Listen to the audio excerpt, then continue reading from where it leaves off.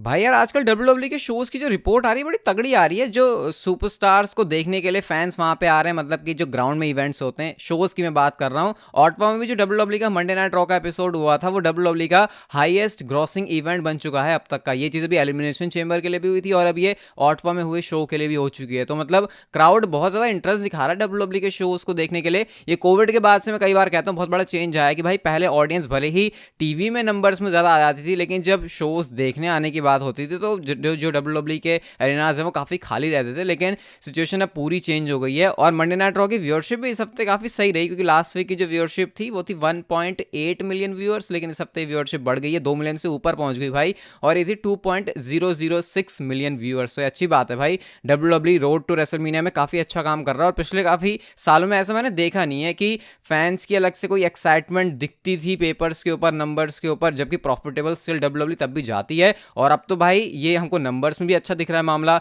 और crowd shows को देखने भी आ रहा है, और डब्ल्यूडब्ल्यूई पैसे तो कमा ही रही है। तो इस समय डब्ल्यूडब्ल्यूई के लिए बहुत बढ़िया सीन चल रहा है। और जो नेक्स्ट स्टोरी है वो भी इसी से रिलेटेड है। जॉन सीना को डब्ल्यूडब्ल्यूई ने जैसे ही टीडी गार्डन के लिए अनाउंस किया, उसके बाद गाइस जो टिकट सेल्स है वो अचानक से बहुत ज़्यादा उछल गई हैं, और अब सिर्फ 1,500 के आसपास ही जो टिकट्स है वो बाकी रह गई हैं। उसके बाद जो पूरा शो है जहां पर जॉन सीना आने वाले हैं वो हो जाएगा सोल्ड आउट। तो 6 मार्च का मंडे नाइट रॉ का एपिसोड कोई भी फैन मिस नहीं करना चाहता, और जो भी ऑब्वियसली वहां पे आसपास रहता है वो तो फिर चाहेगा ना कि वो इन पर्सन जाके जॉन सीना को देखे। अब होपफुली वहां पर उनकी बुकिंग भी अच्छी हो। वैसे जॉन सीना के आने से ही एक बिल्कुल अलग माहौल सा बन जाता है, तो बुकिंग से इतना ही फर्क नहीं पड़ता। लेकिन ऑस्टिन थ्योरी भाई बच के रहना, अब जॉन सीना आ रहे हैं तो उन्होंने बहुत बात कर ली। अब अगली स्टोरी की तरफ गाइस हम लोग चलते हैं, और एज के एक कॉन्ट्रैक्ट के बारे में एक ऐसा क्लॉज मैं आपको बताऊंगा जो कि आपकी रिस्पेक्ट भी बढ़ा देगा एज के लिए। और आप सोचेंगे अरे ऐसा भी कोई सुपरस्टार कर सकता है क्या। एज के बारे में गाइस रिपोर्ट ये है कि एज ने जो डब्ल्यूडब्ल्यूई के साथ कॉन्ट्रैक्ट साइन किया 2020 में, वहां पर उन्होंने इस क्लॉज को, इस कंडीशन को डाला हुआ है कि भाई तभी कॉन्ट्रैक्ट साइन हो रहा है अगर तुम मुझे कोई चैंपियनशिप नहीं जितवाओगे। हाँ भाई सही सुन रहे हो, ये क्लॉज में लिखा हुआ है चैंपियनशिप जितवाने का नहीं बल्कि ना जितवाने का। भाई एज ने सिंपली कह दिया मैं आया हूं डब्ल्यूडब्ल्यूई में वापस फैंस को दोबारा से वो फीलिंग देने के लिए जो कि पहले मुझे देखते थे, और मैं यहाँ पर टैलेंट्स को ओवर करना चाहता हूँ, मैं यंग टैलेंट्स की मदद करना चाहता हूँ, सिर्फ इस चीज़ के लिए आज वापस आए। तो भाई अब तुम क्या ही बोलोगे। सोचो हर कोई सुपरस्टार जहाँ पर पैसों के पीछे भाग रहा है, हर कोई सुपरस्टार चाहता है उसको चैंपियनशिप मिले। इवन मैं एज के इस टाइम की भी बात कर रहा हूँ, इस टाइम पर भी सुपरस्टार्स की में फीलिंग रहती है भाई अभी उनको एक चैंपियनशिप और चेज करनी है। लेकिन एज अब उन सारी चीज़ों से बहुत ज़्यादा आगे आ गए हैं, और इसके लिए भाई रिस्पेक्ट है उनके लिए कि वो इस बिजनेस को वापस देना चाहते हैं जो चीज़ उन्होंने इस बिजनेस से कमाई हुई है। तो कुछ अगर एज के बारे में अच्छे शब्द है आपके तो आज इस कमेंट सेक्शन को खाली मत छोड़ना, वरना मैं ये सोचूंगा तुमने दगाबाजी कर ली एज के साथ। हम चलते हैं गाइस अपनी अगली स्टोरी की तरफ। और रिसेंटली एक इंटरव्यू के अंदर अंडरटेकर से ब्रॉक लेसनर के बारे में सवाल पूछा जाता है कि अगर अंडरटेकर के बारे में तुम्हें ब्रॉक लेसनर के बारे में कुछ कहना हो तो अंडरटेकर तुम क्या कहोगे।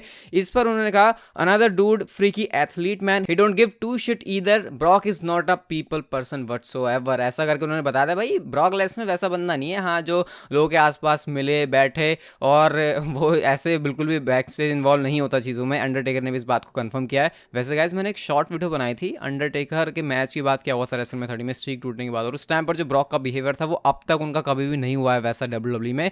वो आप जाके देखना शॉर्ट्स के टैब में हमारे चैनल की वीडियो सेक्शन में जाके सारी की सारी शॉर्ट्स भी आप देख लेना, क्योंकि अब शॉर्ट्स वगैरह भी काफ़ी कंसिस्टेंट आती हैं। तो ये अंडरटेकर ने बात बोली ब्रॉक लेसनर के बारे में। हम चलते हैं गाइस अपनी अगली स्टोरी की तरफ। और डब्ल्यूडब्ल्यूई 2K23 जो गेम है वो ऑफिशियल जॉइंट स्पॉन्सर बन चुका है स्नीकर्स के साथ में रेसलमेनिया के लिए। अब आपको पता ही है इस समय डब्ल्यूडब्ल्यूई 2K23 की बहुत ज़्यादा हाइप चल रही है। हाइप इसकी चलती है जब भी गेम लॉन्च होने वाला होता है उससे पहले। तो अब इस तरीके से डब्ल्यूडब्ल्यूई ने रेसलमेनिया के लिए भी जो ऑफिशियल स्पॉन्सर्स है वो स्नीकर्स और डब्ल्यूडब्ल्यूई 2K23 को बना दिया है। ज़्यादा कुछ बताने के लिए है नहीं, छोटी सी अपडेट है आप लोगों के लिए। अब जो बड़ी चीज़ है वो है मनी इन द बैंक के बारे में। मनी इन द बैंक आपको पता है O2 अरेना से होने वाला है जो कि यूनाइटेड किंगडम के अंदर डब्ल्यूडब्ल्यूई का शो होगा। और गाइस जिस तरीके से डब्ल्यूडब्ल्यूई ने उसकी टिकट्स बेचनी शुरू करी है, जो फ्लोर प्लान है, जो सीट्स बिछाई हुई हैं, उससे गाइस एक चीज़ कंफर्म पता चलती है कि जो एंट्रेंस टाइप चीज़ होने वाली है money in the bank premium live event से वो कुछ वैसी होगी जैसे हमने क्लैश एट द कैसल में देखा था। मतलब जैसे ट्रेडिशनल नहीं होता कि भैया पीछे से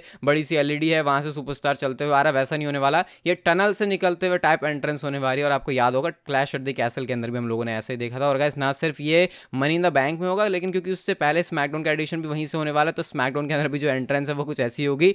कितना अलग सा लगेगा ना कि भाई वीकली शो के ऊपर ऐसा लग रहा है कितनी ज़्यादा मेहनत की गई है। लेकिन क्योंकि स्मैकडाउन और money in the bank same जगह से है तो फिर इसी वजह से वो जो दोनों का ना ऐसे स्ट्रक्चर होने वाला एंट्रेंस करने वाला वो सेम ही होगा। हम चलते हैं गाइस अपनी अगली स्टोरी की तरफ। और रोमन रेंस ने गाइस कुछ बैक बैक स्टेज से पिक्चर्स वगैरह निकाली हुई हैं, जो कि मैं आपको एक एक करके यहाँ पे दिखाता हूँ। ये उन्होंने कैप्शन डाला बिहाइंड द ग्रेटनेस, और यहाँ पे सबसे पहले तो वो पॉल हेमन के साथ खड़े हुए हैं। दूसरी पिक्चर यहाँ पर देखें तो रोमन रेंस, ऐसा लग रहा है हाँ मैच खत्म करने के बाद शायद उन्होंने बैक स्टेज एंटर ही किया है। फिर यहाँ पे जे ऊसो भी खड़े हुए हैं बैक स्टेज, रोमन रेंस यहाँ पर पुशअप वगैरह भी कर रहे हैं, अपने आप को प्रिपेयर कर रहे हैं। और पॉल हेमन का इस तरीके से देखना रोमन रेंस को, और भाई जिमी ऊसो किस तरीके से देख रहे हैं। रोमन रेंस का the tonight show Jimmy Fallon के ऊपर जो आया था, आई थिंक उससे रिलेटेड कुछ है। और बाकी यहाँ पर आप और भी फोटो देख सकते हो कैसे ग्रूमिंग वगैरह चल रही है रोमन रेंस की। अब इतना कुछ बताने के लिए तो है नहीं, लेकिन हाँ कुछ बैक स्टेज की चीज़ें होती है तो उसको हमेशा देखने में मज़ा तो ज़रूर आता है। विंस मैकमैन के बारे में गाइस अचानक से पता क्या बात चल रही है, बात चल रही है कि विंस मैकमैन ना वापस आ गए हैं दोबारा से, और अब फैंस तो नहीं, जो टैलेंट्स हैं बैक स्टेज उनके बीच एक डर का माहौल है। तो गाइस अब इसके बारे में फाइटफुल की तरफ से ये अपडेट है कि भाई अभी तक तो उनको तो कोई कंफर्मेशन नहीं मिली है कि दोबारा से विंस मैकमैन क्रिएटिव में वापस आ गए। लेकिन गाइस एक बात मैं आपको बताता हूँ, सैमी ज़ेन और रोमन रेंस की जो पूरी स्टोरी लाइन है इसमें जो है रिपोर्ट्स के अकॉर्डिंग, बहुत सारी रिपोर्ट्स के अकॉर्डिंग विंस मैकमैन का इनपुट था, विंस मैकमैन का भी इसमें जो है इनपुट रहा है, जो Roman Reigns and Sami Zayn की हम लोग अब तक स्टोरी लाइन देख रहे हैं। और गाइस ट्रिपल एच के बारे में आपको बताता हूँ कि अगर विंस मैकमैन की तरफ से कोई भी उनको एडवाइस मिलती है तो उसके लिए ट्रिपल एच भी ओपन रहते हैं। और क्योंकि वैसे भी आपको पता ही है ट्रिपल एच ऐसा नहीं कर सकते, यार चल मैं नहीं सुन रहा अब तेरी, ऐसा वाला तो एटीट्यूड रख नहीं सकते, क्योंकि हो सकता है आगे जाके फिर उनको ही प्रॉब्लम हो जाए। तो विंस मैकमैन का स्टोरी लाइन के अंदर इनपुट था थोड़ा बहुत, हालांकि ये अभी कुछ कंफर्म नहीं है कि विंस मैकमैन वापस आए, और मुझे लगता तो नहीं विंस मैकमैन वापस आए, क्योंकि कुछ चीज़ें टेलीविजन पर देख के ही समझ में आया था कि इस चीज़ को तो ट्रिपल एच ही बुक कर सकते हैं। नेक्स्ट स्टोरी की तरफ गाइस हम लोग चलते हैं, और AEW का फिर से मजाक सा बन गया, क्योंकि टोनी खान ने बोला था कि एक बहुत ही इंपॉर्टेंट अनाउंसमेंट है, लेकिन अनाउंसमेंट ये थी कि 1 घंटे का उन्होंने नया शो निकाल दिया AEW को, और इस बात पर AEW ट्विटर के ऊपर दबा दबा के अलग अलग तरीके से ट्रोल हो रही है। ये वैसे मजाक बनना AEW का बहुत ज़्यादा हो गया है ये पिछले कुछ टाइम से, तो ये और भी ज़्यादा बढ़ गया है जब से ट्रिपल एच कंट्रोल में आया, क्योंकि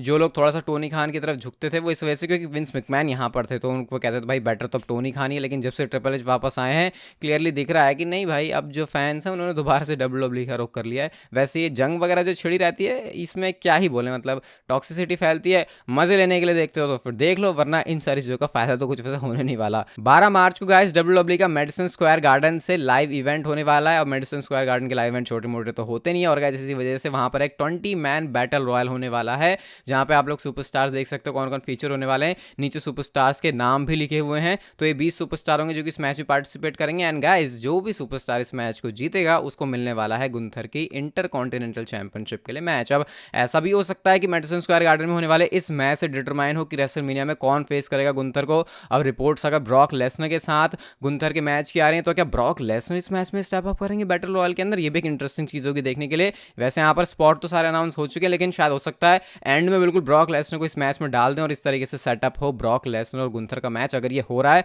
बाकी अगर ओमोस के साथ WWE ने उनको किया तो फिर तो इस बात की अब क्या ही कह सकते हैं। WWE 2K23 की रेटिंग्स रिवील के बारे में आपको एक बड़ी मस्त बात बताता हूँ। अब तक जो भी गेम्स आए WWE 2K के, उसके अंदर जिमी एंड जे ऊसो की रेटिंग सेम होती है, लेकिन गाइस इस बार जो रेटिंग है उसमें थोड़ी सी दगाबाजी हो गई है, क्योंकि जिमी ऊसो को रेटिंग मिलती है 89 और जे ऊसो की रेटिंग जिमी ऊसो से ज़्यादा है 90, जिस पर उन्होंने रिएक्ट भी किया और वो लिखते हैं we are not dogs anymore, मतलब वो बोलते हैं ऐसा कि हम अब जो है we are not dogs anymore. और गाइस रोमन रेंस की रेटिंग की अगर बात करें तो 99 रेटिंग दी जा रही है रोमन रेंस के WWE 2K23 के गेम के कैरेक्टर के लिए, जो कि अब तक की सबसे ज़्यादा है। मतलब मैं सोच ही रहा था कि लास्ट ईयर अगर 95 है 2K22 में, तो फिर अब इस बार क्या होगी रेटिंग, तो भाई 99 रेटिंग है रोमन रेंस की, तो ये अपने आप में एक बड़ी मस्त चीज़ है। और गाइस जाते जाते आपको मैं जॉन मॉक्सली का एक रिकॉर्ड बता देता हूँ। आज इविल उनो के साथ उन्होंने AEW डायनामाइट पर रेसल किया और उन्होंने विक्ट्री ली, और गाइस इस तरीके से AEW की हिस्ट्री में पहले वो सुपरस्टार बनते हैं जिनकी झोली में 100 मैचेस में जीत आई है, और ये ऐसा करने वाले जॉन मॉक्सली AEW के पहले सुपरस्टार बनते हैं। तो बस आज की जो वीडियो थी ये तक कितनी अच्छी लगी तो like share subscribe notification bell को ऑन कर दो, and see you guys in my next video.